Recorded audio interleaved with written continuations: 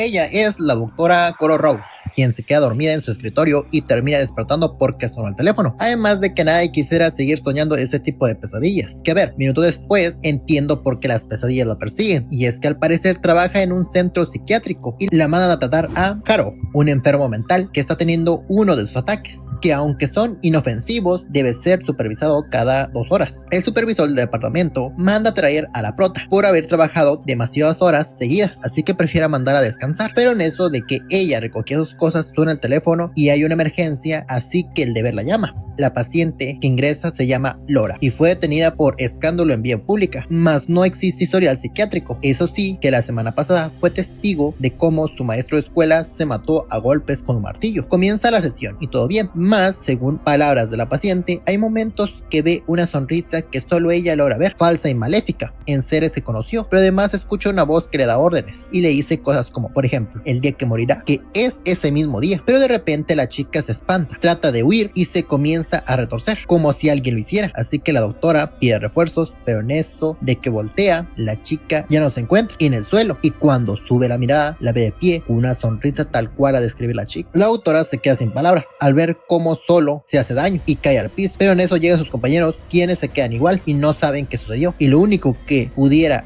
ser que padeciera, sería una psicosis postraumática aguda. La doctora llega a casa, y en eso de tomar una copa de vino, ve a la distancia la misma silueta de la chica, sonríen, pero en eso llega su esposo y desaparece la sombra. Que bueno, esto no fue motivo para que más tarde se reuniera con, al parecer, su única familia, su hermana Holly y su cuñado Brett, quienes le recomiendan dejar ese trabajo y vender la casa de su madre, que es algo por lo que la doctora no está de acuerdo. Al otro día, Rose regresa al hospital e intenta hablar con su paciente maníaco, que ahora sí se pone como loco y pide refuerzos, que para Morgan no es otra cosa más que la doctora necesita más descanso, así que le dan una semana. Rose llega a casa y se pone cómoda, pero en eso suena una alarma de la casa seguido de que entre una llamada, al parecer de la seguridad de la misma, y cuestiona el motivo de la activación, pero el pedo que en cuanto más avanza la conversación cambia la voz, y en eso suena nuevamente el teléfono y nuevamente aparece a la distancia y nuevamente son los de seguridad. Gracias a Dios llega su esposo, quien al ver los cambios de su pareja se preocupa un poco, pero al asegurarle que está bien se calma, ya que por el momento es hora de buscar a Bigotes, el gato. Los días pasan y las pesadillas que vive Rose son intensas, así que no duda en buscar ayuda psicológica, que por el momento no le dará medicamentos hasta la próxima visita. Pero si hay algo que a la prota también le cuesta, es sonreír y mirarse al espejo, ya que le recuerda la sonrisa macabra de la chica. Aún así se pone presentable y llega el cumpleaños del sobrino, que lo espantoso es cuando abren los regalos, y cuando es el turno del de la doctora Rose se encuentra un gato, pero muerto, que aparte de las sacadas de onda que se llevan, la prota comienza a ver a la sonriente, tanto que llega el momento que la ve tan cerca que cae terriblemente sobre la mesa y se rasguña los brazos. Gracias a Dios no trae consecuencias graves y continúa con su vida cotidiana, pero al sentir la lejanía de su esposo y tener dudas sobre el tema, va a visitar a la señora Muñoz, quien es la esposa del difunto profesor Gabriel, uno de los tantos que sufrió la tortura de la sonrisa, quien además plasmó todo lo que veía en dibujos. Que si me preguntas cómo fue que contrajo la maldición, resulta que el día que se presentó a la exposición donde una chica se suicidó, de ahí para adelante la sonrisa lo atormentaba, que ya no nos da más datos porque se entera que la prota no es una periodista, sino una portadora. La doctora no duda en asistir con su amigo policía, quien aunque la piensa no duda en proporcionar información de valor, que esta cosa que les pasa es un patrón, teniendo que sacrificarse en frente de otros, como nuevamente se ve en el video de cámara de seguridad. Al darse cuenta que forma parte de una maldición, vuelve a buscar a su familia más cercana, de sangre, que a ver, después de lo que pasó en el cumpleaños, no la quieren ver, pero Holly intenta prestarle atención, que según ella, las maldiciones no existen, además de que es probable que haya heredado la enfermedad de su madre, ya que decía que sufría algo similar, pero aún así no quiere tener cercanía con ella. Lo bueno que el amigo policía expandió su investigación y resulta que hay más de 20 casos reportados,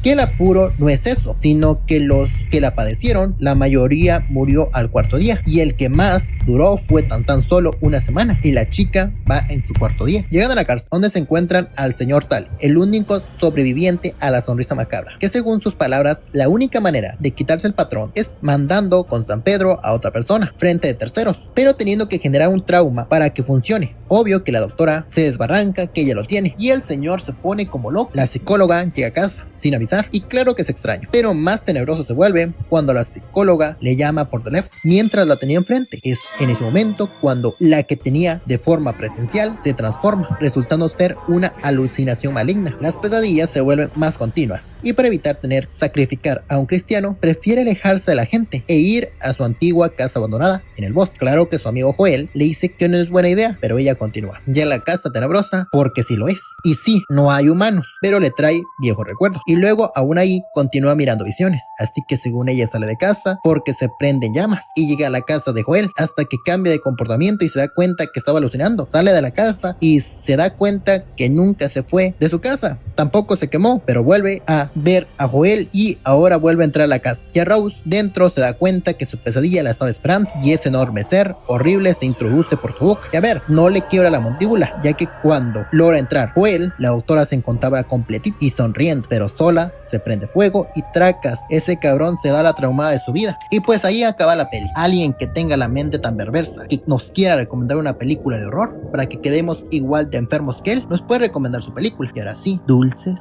sueños.